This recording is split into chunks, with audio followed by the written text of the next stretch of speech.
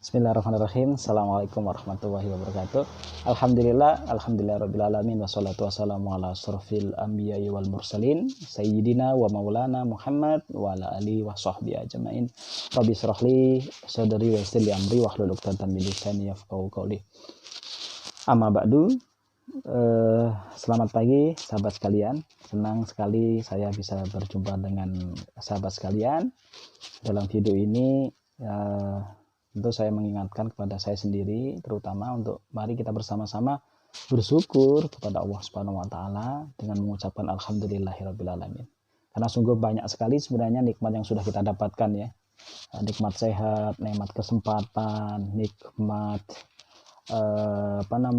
rezeki, kemudian nikmat ilmu, nikmat iman, apalagi ini salah satu nikmat yang paling besar. Nikmah azimah, nikmat yang paling besar. Tentu nikmat ini harus selalu kita syukuri ya. La in syakartum la azidannakum wa la in kafartum inna adzabi lasyadid. Jadi kalau kita tidak bersyukur atas nikmat yang Allah berikan kepada kita, tentu Allah akan cabut nikmat kita ini. Tapi kalau kita mensyukuri nikmat ini, Allah akan tambah ya. Akan tambah nikmat itu, nikmat. Terutama nikmat iman ini. Ini sangat luar biasa. Kedua, marilah sholawat salam kita haturkan kepada junjungan Nabi besar Muhammad Sallallahu Alaihi Wasallam dengan mengucapkan Allahumma sholli ala sayyidina Muhammad wa ala ali sayyidina Muhammad, dan semoga kita menjadi salah satu umatnya yang dirindukan ya, dan mendapatkan syafaatnya kelak di akhirat. Amin ya rabbal alamin. Baik sahabat sekalian, video ini pagi ini saya akan berbagi sedikit, bercerita mungkin, kemudian ya ada satu buku yang bagus ya, yang nanti saya akan unboxing ya, dan akan saya kasih share kepada sahabat sekalian. Jadi buku ini dikarang oleh salah satu ulama hebat, mujahid hebat, politikus hebat yang hidup di era awal-awal kemerdekaan. Nah, siapa dia? Ya. Dia tokoh juga, tokoh Sumatera ya. Dari mana? Dari Padang. Ayo, Padangnya mana? Beliau ada yang bilang dari Bukit Tinggi, kemudian juga ada yang bilang dari Kabupaten Agam ya, dari Kabupaten. Salah satu tokoh masyarakat di Padang juga. Siapa dia? Seorang ulama besar, seorang tokoh nasional ya. Berkiprah di politik luar biasa, salah satu pendiri partai terbesar Islam, itu apa ya? Partai Masyumi ya. Nah, siapa dia? Beliau adalah Profesor Buya Hamka ya. Pasti tahu semuanya. Profesor Buya Hamka. Buya Hamka itu singkatan dari Haji Abdul Karim Amrullah. Nah, itu. Baik, nama bukunya apa? Ini biar nggak penasaran, nama bukunya ini ya. Ini kebalik ya, mungkin karena saya pakai kamera depan. Namanya bukunya berjudul Tasawuf Modern ya. Ya, beliau mengarang buku ini. Ini sebenarnya sudah banyak diterbitkan oleh berbagai penerbit di Indonesia. Ya, ini terbit terakhir ini diterbitkan oleh grup dari Republika ya. Silakan rekan-rekan bisa beli. Ya, banyak di toko buku, ya, silakan beli. Ini bagus sekali, saya sarankan untuk dibaca ya. Di tengah kondisi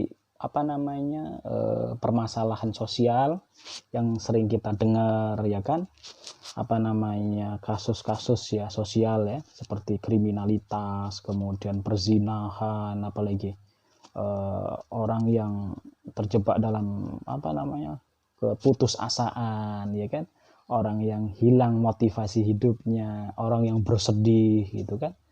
Saya sarankan untuk membaca buku ini, buku Tasawuf Modern. Kenapa saya sarankan? Ternyata penulisnya sendiri ya. Saya baca di bab awal-awal ya.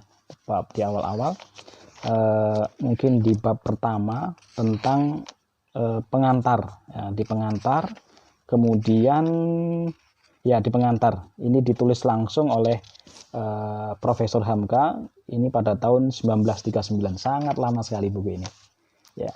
Ada kisah menarik di bab-bab awal ini ya. Di bab-bab awal ini nanti sahabat sekalian bisa buka di bab awal ya, itu beliau bercerita tentang bahwa ketika awal-awal beliau berdakwah menyampaikan Islam, kemudian sampai-sampai pada satu masa beliau berhadapan face to face ya. Itulah ulama ya.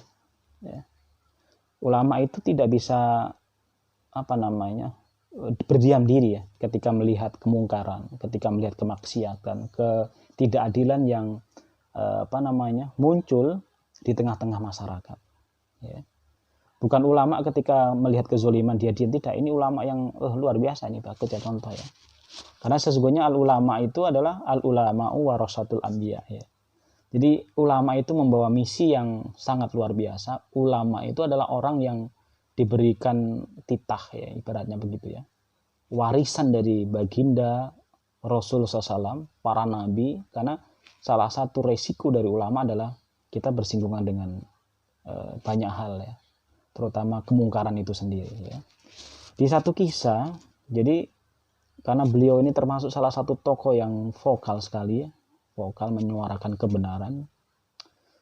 Jadi suatu saat beliau ini bersinggungan sedikit dengan pemimpin pada saat itu, yaitu pada saat Orde Lama ya.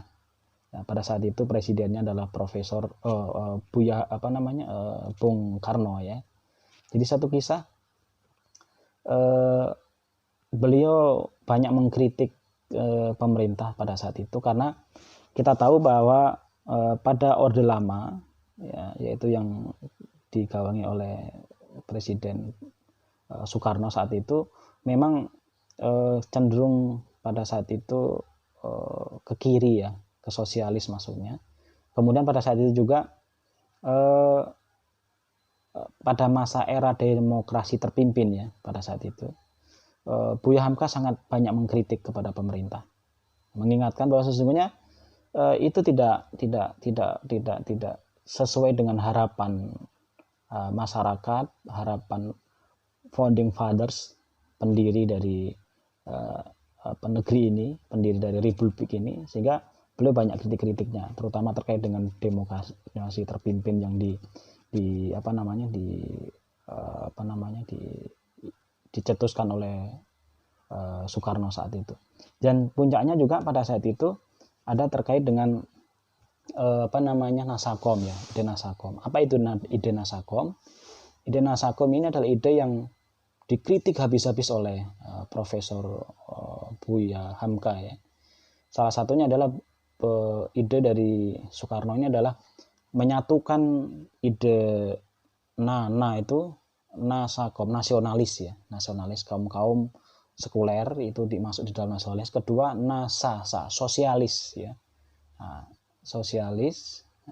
Kemudian Nasakom, nasionalis hanya agama, terus komnya komunis maksudnya. Jadi Buya Hamka Soekarno mencoba menyatukan tiga hal ini ya, nasionalis, kemudian agama dan komunis. Dan sesungguhnya itu nggak bisa ya, karena ketiga ideologi ini sebenarnya saling bertentangan satu sama lain ya. Tidak bisa kita mencampurkan antara komunis terutama ya dengan agama. Mungkin kalau nasionalis masih bisa ya, tapi komunis dengan agama, dua hal yang sangat bertentangan dan tidak akan mungkin bisa bersatu. Yang satu bahwa dasar negara ini adalah agama, yang satunya dasar negara ini tidak mengenal agama, artinya anti Tuhan, dan pasti tidak akan bisa gitu. Ini Profesor Hamka ini sangat betul-betul mengkritik dan sebagainya.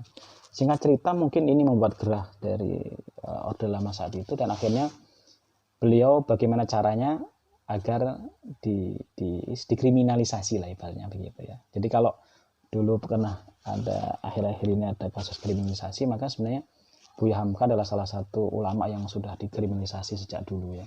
Dan akhirnya terjadilah itu, dan akhirnya beliau dituduh, dan banyak koran-koran ya, surat kabar, kemudian media cetak saat itu ya,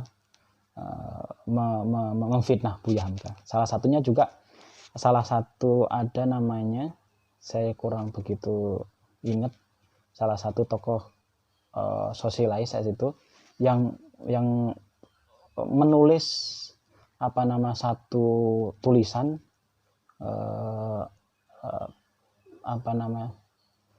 yang memfitnah Buya Hamka ya. Difitnahlah Buya Hamka sebagai plagiator ya, karena beliau juga salah satu penyair ya, penyair yang banyak mengarang kitab novel-novel ya, novel-novel. Dia memfitnah bahwa karangan dia novel, mungkin sahabat sekalian pernah dengar atau mungkin membaca Tenggelamnya Kapal Van der Witch ya. Itu novel bagus, saya sendiri belum pernah baca, saya ingin sekali mendapatkan novel itu. Katanya yang saya dengar dan saya baca-baca di di website, bahwa ini satu novel yang bagus sekali ya, di Tenggelamnya Kapal Van der Witch. Tapi di situ salah satu tokoh sosialis ini mengkritik habis-habisan dan memfitnah beliau bahwa itu plagiator, padahal tidak pernah Buya Hamka itu karyanya itu plagiat, tidak. Dan itu berulang-ulang ya, surat kabar ini memberitakan yang tidak benar terkait dengan Buya Hamka, dengan berharap supaya Buya Hamka tidak dipercaya oleh umat, seperti itu ceritanya. Dan sampai puncaknya pemerintah saat itu Orde Lama memenjarakan beliau atas tuduhan makar. Ya, karena pada saat itu Indonesia sedang berkonfrontasi dengan Malaysia ya, Malaysia tetangga kita, negara sesama-sama Melayu ya. Dan akhirnya difitnah, memberontak, dan akhirnya beliau dipenjara ya. Dan itu diceritakan di dalam buku ini ya. Di halaman pengantar itu diceritakan, beliau bercerita tentang itu. Silakan nanti dibaca. Karena saya menampilkan ini ya, menampilkan di pertama, karena kalau bagi saya yang paling menarik dari buku ini adalah di pengantar beliau, sangat menggugah sekali. Ya iya. Saya lanjutkan. Jadi ketika beliau dipenjara, itu diceritakan sekali lagi di dalam buku ini di halaman pengantar. Dia dipenjara karena atas fitnahan dari penguasa pada saat itu, selama kurang lebih 3,5 tahun ya, 3,5 tahun. Dan tuduhan itu tidak pernah terbukti ya. Dan sampai ceritanya beliau dipenjaralah di dalam penjara. Pada saat sebelum dipenjara, beliau itu diintegrasi, sangat sedih. Selama hampir 24 jam beliau diintegrasi, tidak berhenti-henti. Penyidik berupaya bagaimana supaya Buya Hamka ini bersalah, padahal sebenarnya tidak bersalah. Dipaksa bagaimana Buya Hamka ini bersalah, dan faktanya itu sebenarnya tidak bersalah. Subhanallah ya. Tapi itulah keteguhan ulama. Tidak, tapi lama tidak juga, karena memang nggak bersalah gitu ya. Mungkin saking tidak kuatnya Buya Hamka ini, satu hal yang membuat beliau bergeming, maksudnya agak menyerah ya, masuk dalam tanda kutip agak menyerah, ketika salah satu penyidik yang bilang, "Hei kau Buya Hamka, ya, kau adalah seorang pengkhianat, ya, kau adalah yang menjual negeri ini ke tetangga," gitu. Itu seperti itulah. Mungkin itulah yang membuat sampai berpikir Buya Hamka, saya di Maninjau ya, maksudnya di Sumatera Barat itu, maksudnya di seorang yang digelari datuk ya kan. Saya seorang orang yang terhormat. Kenapa sampai saya dihinakan seperti ini?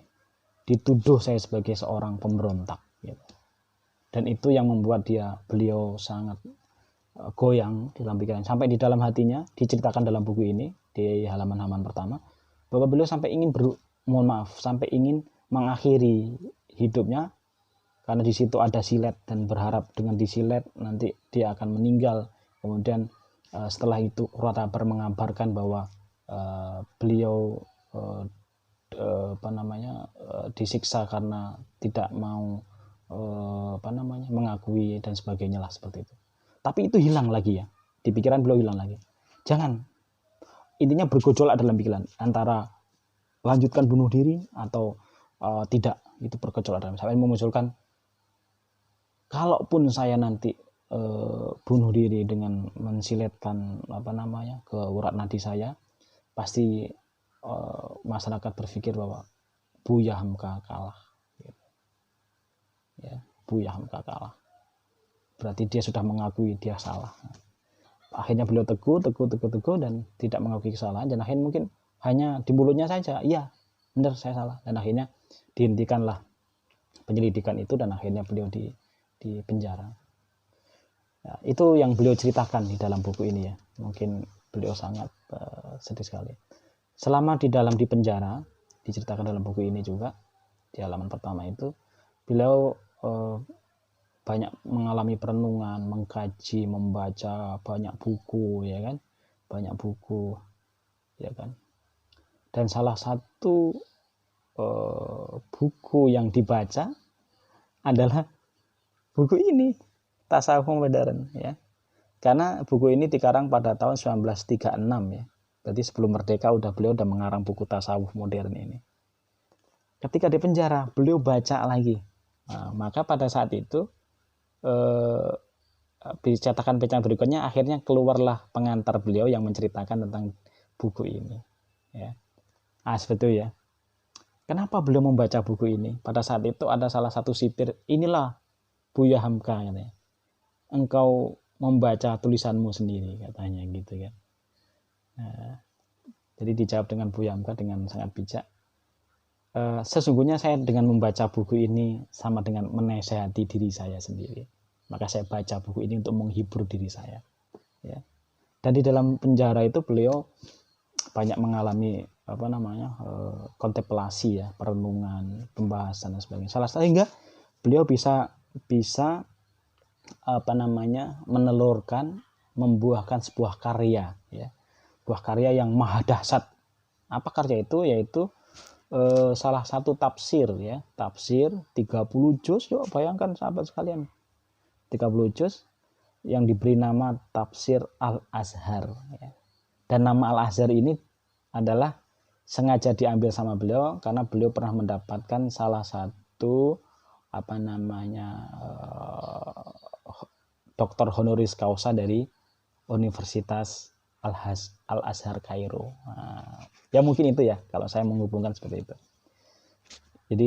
Jadi intinya apa, sahabat sekalian, dengan menceritakan seperti ini kita berkesimpulan bahwa di tengah kesulitan itu pasti ada jalan keluar. Inna ma'al usri yusra. Ini ma'al usri yusra. Jadi sesungguhnya di balik kesulitan itu ada sebuah jalan, dan itu sudah dicontohkan oleh pendahulu kita, oleh tokoh kita Buya Hamka. Jadi sahabat yang saat ini sedang dalam kesulitan, saat ini kita menghadapi wabah COVID-19 ya. Kita semuanya susah. Mungkin yang punya pekerjaan ada yang di PHK, ada yang dagangannya mungkin sedang merosot omsetnya, yang dulunya laris sekarang jadi tidak laris. Mungkin yang guru mungkin ada yang tidak bisa melanjutkan mengajarnya sehingga dia harus dipotong gajinya separuh barangkali. Dan banyak hal yang kita sudah temukan di lapangan. Ingat, insya Allah di balik kesulitan itu ada jalan keluar. Dan itulah hikmah yang bisa kita ambil, bahwa itulah hebatnya para ulama itu ya. Beliau sudah menyontohkan tentang apa itu disebut dengan sabar. As-sabru diyaun. Sabar itu adalah dia. Sabar itu adalah emas ya. Sabar itu adalah kemuliaan ya. Maka ketika orang bisa bersabar dalam menghadapi hidup ini, menghadapi rintangan, menghadapi cobaan, maka Allah akan muliakan dia. Dan itu sebenarnya juga dicontohkan ya oleh Rasulullah SAW.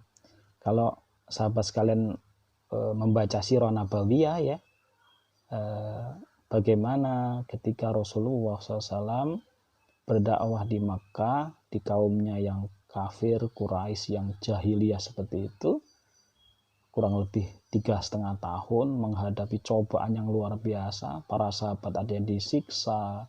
Kita dengar sahabat Bilal yang ditindih batunya di badannya. kemudian dia tetap bergeming mempertahankan akidahnya, ya. Kemudian ada salah satu mujahid pertama, ya, ada keluarga siapa itu, ya, Sumayyah, ya, Sumayyah dan keluarganya disiksa hingga meninggal. Tidak sedikit cobaan yang dihadapi oleh sahabat Rasulullah SAW pada saat itu ketika sudah mengucapkan asyhadu alla ilaha illallah. Dan sampai akhirnya tidak sampai di situ, Rasulullah sudah pernah mengalami pemboikotan, ya, pemboikotan di satu lembah, ya, satu lembah, dan sangat luar biasa kesedihan yang dialami oleh para sahabat. Dan sampai pada saat diboikot itu sampai tidak ada satu makanan yang bisa dimakan kecuali dedaunan dan bekas kulit onta maupun domba, ya, yang dimasak lagi dan dijadikan sebagai makanan, saking tidak adanya, ya.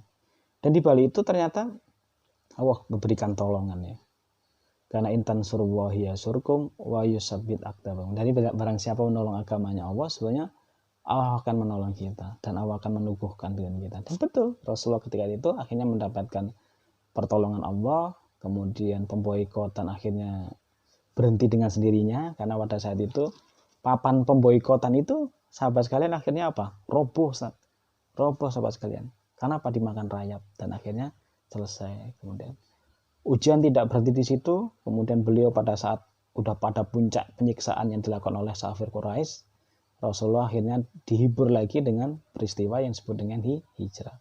Hijrah itu ternyata tantangannya besar. Ancaman, rintangan, pembunuhan, pokoknya segala macam lah. Dan akhirnya ketika udah sampai ke Madinah, lah itulah proses kemenangan awal yang diterima oleh Rasulullah SAW dan para sahabat. Puncaknya adalah ketika Fathul Mekah, ketika para sahabat dan Rasulullah SAW kembali ke Mekah untuk menaklukkan kota Mekah. Itu sekali lagi saya sampaikan bahwa hikmah dari peristiwa ini, dari kisah-kisah para tokoh ini, menggugah kita untuk mari kita bersemangat. Tidak ada saatnya untuk berpangku tangan, bersedih, tetapi la tahzan, janganlah bersedih, innallaha ma'ana, katanya. Ya, seperti itu. Saya lanjutkan kembali di buku ini. Jadi di buku ini, sahabat sekalian, tadi saya ceritakan tentang sedikit pembukaannya, ya. Untuk lebih lanjutnya nanti silakan baca. Jadi di awal-awal ada sedikit yang menarik kalau menurut saya, seorang sosok dari Buya Hamka. Beliau ini tokoh Muhammadiyah loh, ya, tokoh Muhammadiyah, tetapi banyak buku karangannya ini lebih ke tasawuf, ya, lebih ke tasawuf. Maka dikaranglah bukunya menjadi tasawuf modern, ya. Dan saya baca, mungkin nanti di bab-babnya nanti dibaca, beliau ini nanti banyak membahas tentang tokoh-tokoh yang beliau menjadi maroji atau rujukan, ya. Salah satunya ada Ar-Razi, terus Jamaluddin Al-Afghani, kemudian salah satu juga tokoh-tokoh tasawuf juga Imam Ghazali, banyak beliau kutip di dalam buku ini, ya. Nah, dari sebenarnya beliau hanya mengutip, ya, banyak mengutip perkataan-perkataan dari para imam-imam itu, ya. Nah, seperti itu, saudara-saudara sekalian yang dirahmati Allah Subhanahu wa taala. Oleh sebab itu, kalau nanti ada orang yang bilang banyak tasawuf itu sesat itu, tasawuf itu tidak ada dalam Islam gitu. Nah, oke lah, kalau kalian tidak mau pakai tasawuf, mungkin ada sebagian bilang tazkiyatun nufus, sama aja. Tazkiyah itu artinya pembersihan nufus, pembersihan jiwa. Ya, silakanlah. Tapi intinya di dalam tasawuf atau tazkiyatun nufus sebenarnya ilmu tentang menata hati, ya kan? Menata hati. Kenapa harus ditata hati itu? Karena sesungguhnya manusia itu Allah karunia fujuroha wa taqwa. Ada kecenderungan takwa, ada kecenderungan fujur ke dalam jalan kesesatan. Nah, jadi kalau hati ini ibarat sebuah kaca, kalau tidak pernah dirawat, tidak pernah disucikan, maka dia akan banyak debu yang menempel dan akhirnya menjadi hitam, yang itu disebut dengan kolbun mayitun, kolbun yang sudah mati, ya. Maka sebenarnya yang kita harapkan adalah kolbun salim, ya. Makanya dalam doa itu dan itu menjadi satu cita-cita kita ya ayyuhal nafsul mutmainnah ya kita ini nanti dipanggil dengan nafsul mutmainnah ya, bukan mutmainnah ya mungkin yang bersyukur lah orang yang punya mutmainnah ya. Maksudnya adalah jiwa yang tenang ya. Kok dipanggil jiwa ya, berarti kita karena kita sebenarnya fisik ini nggak ada sebenarnya, kita sendiri sebenarnya nggak ada gitu. Kalau kita sudah meninggal, fisik, ketampanan, harta, kemudian semuanya itu akan ditinggal. Yang dipanggil adalah jiwa. Jiwa ini dipanggil. Ya ayyuhal nafsul mutmainnah, irji'i, kembalilah ke saya. Fadkhuli ibadi, fadkhuli jannati. Ya, ibadahlah kepadaku dan kembalilah ke khol ibadi jannati, kembali ke surgaku. Itu intinya. Jadi jamaah sekalian yang dirahmati Allah Ta'ala. Jadi tidak saling balik lagi ke sini. Di dalam buku ini nanti bisa didaftar isi ya. Itu tentang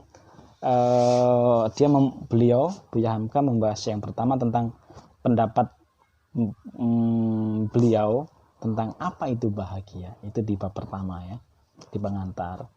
Terus bahagia dan agama. Nah, dia bahas juga bahagia dan utama. Nah, terus kesehatan jiwa, badan, kemudian ada beliau membahas tentang harta benda dan bahagia.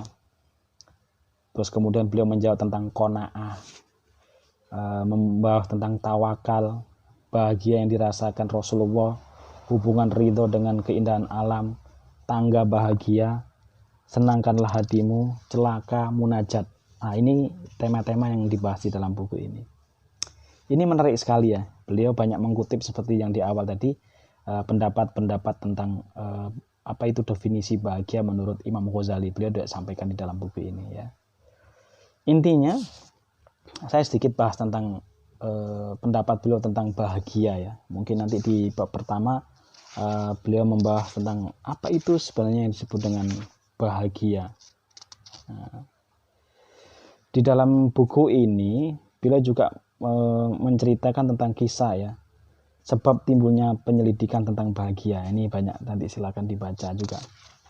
Nanti intinya saya mau sampaikan bahwa bahagia menurut Buya Hamka di dalam buku Tasawuf Modern ini, bukan orang yang punya materi itu orang berbahagia, bukan orang yang punya kedudukan itu orang yang berbahagia, bukan orang yang punya istri cantik itu punya orang yang berbahagia, bukan orang yang mendapatkan kedudukan yang tinggi di masyarakat itu berbahagia, bukan. Man asadunas, siapa itu sesungguhnya yang berbahagia? Dalam bahasa itu ada itu ya. Orang yang berbahagia itu adalah orang yang merasakan dirinya, mengerti dirinya, mengenal Tuhannya, mengenal kepada siapa dia beribadah, mengabdikan dirinya. Itulah orang berbahagia. Nah, seperti itu ya. Jadi semoga kita menjadi orang-orang yang berbahagia, sahabat sekalian yang dirahmati Allah Subhanahu wa taala. Karena ini sebenarnya yang kita harapkan, yang kita cita-citakan adalah berbahagia. Ya. Bahagia fid dunia. Ya, syukur kita kalau kita mendapatkan dunia ini tetap ya. Siapa sih yang tidak ingin mendapatkan dunia, ya? Dan kita juga berharap jangan sampai dunia ini mengalahkan kita dan akhirnya kita menjadi orang yang diperbudak dunia. Hati-hati ya sahabat sekalian, berbahaya sekali ini. Makanya tidak heran sahabat sekalian, Buya Hamka menggambarkan orang yang terbudak dunia itu, beliau mengumpamakan gini, kalau orientasi hidupmu sekedar makan, maka kerbau pun makan, kata Buya Hamka. Kalau orientasi hidupmu hanya makan, katanya, monyet pun makan. Gitu. Jadi jangan sampai kita terjebak itu ya. Karena sebenarnya memang manusia ini ketika tidak bisa mengendalikan yang disebut dengan hati ini, nafsu ini, nanti akan terjun menjadi hewan ya, menjadi hewan. Karena mungkin sahabat sekalian pernah dengar satu makalah, satu istilahnya mungkin bisa dibilang satu falsafah atau apa ya, al insanu khayawanatun natiq. Jadi manusia itu adalah hewan yang berpikir, katanya ya, sama makalah itu. Jadi kalau kita tidak berpikir, hewan tidak. Kalau kita nggak menggunakan akal kita, hewan tidak. Ya. Ya, jadi itu ya. Maka sangat berhati-hati sekali kita ini menjaga hati kita ini supaya selalu terus tunduk ridho sama Allah, kemudian ikhlas di jalan Allah, sehingga hati ini selalu tertata ya. Jangan sampai menjadi balhum adol ya. Bahkan kata Al-Quran itu balhum adol, lebih jahil ya dari binatang ternak. A'udzubillahi min zalik ya. Maka kita berdoa kepada Allah Subhanahu wa taala. Di akhir video saya ini kita berdoa kepada Allah. Allahumma ya muqallibal qulub sabit qulubina ala dinik. Ya Allah yang maha membolak-balikkan hati, tetapkan hati ini untuk selalu di dalam ketaatan kepadamu. Atau di doa yang lain ya, Allahumma ya musrifal qulub, ya Allah yang maha sarif, yang menutup ya, yang menutup ini sarif bukalah ya, sarif qulubina ala dinik, untuk selalu condong, maaf, sarif itu condong kepada agamamu, gitu. Condong seperti itu sabit. Kalau sabit itu ditetapkan, jadi itu harus kita selalu tawamkan. Barangkali demikian unboxing dari buku Tasawuf Modern karya dari Profesor Hamka. Itu baru satu pembahasan ya, baru pengantarnya saja loh. Lebih jelasnya silakan baca lah ya. Sensasinya mungkin sahabat sekalian sendirilah yang bisa, karena saya juga nggak bisa memberikan satu gambaran. Mungkin itu hanya sebagian gambaran kecil tentang buku ini. Lebih jelasnya silakan beli sendiri ya. Nggak mungkin kan saya belikan, tapi kalau ada yang mau titip ya insya Allah siap membantu. Demikian sahabat sekalian, terima kasih. Mohon maaf salah-salah kata. Semoga ada manfaatnya. Ihdinas siratal mustaqim. Semoga Ramadan ini kita semakin meningkat ya. Mungkin saya juga, siapa yang belum jusnya, tilawahnya masih kurang kencengkan lagi sih, mengingatkan saya juga. Ayo Vendra, masih sedikit tilawahnya, ayo genjot tilawahnya. Demikian, sama-sama kita bersemangat di dalam menggapai Ramadan ini ya kan. Semoga di akhir nanti menjadi orang-orang yang ifkun minan nar, orang yang dibebaskan dari api neraka, dan akhirnya di akhir Ramadan kita mendapatkan julukan, mendapatkan titel bukan titel sekedar titel saja, menjadi harapan yang kita lil muttaqin ya, orang-orang yang bertakwa. Demikian, mohon maaf. Ihdinas siratal mustaqim, kita tutup kafaratul majlis. Subhanakallahumma wa bihamdika asyhadu an la ilaha illa anta astaghfiruka wa atubu ilaik. Assalamualaikum warahmatullahi wabarakatuh. Oke, selamat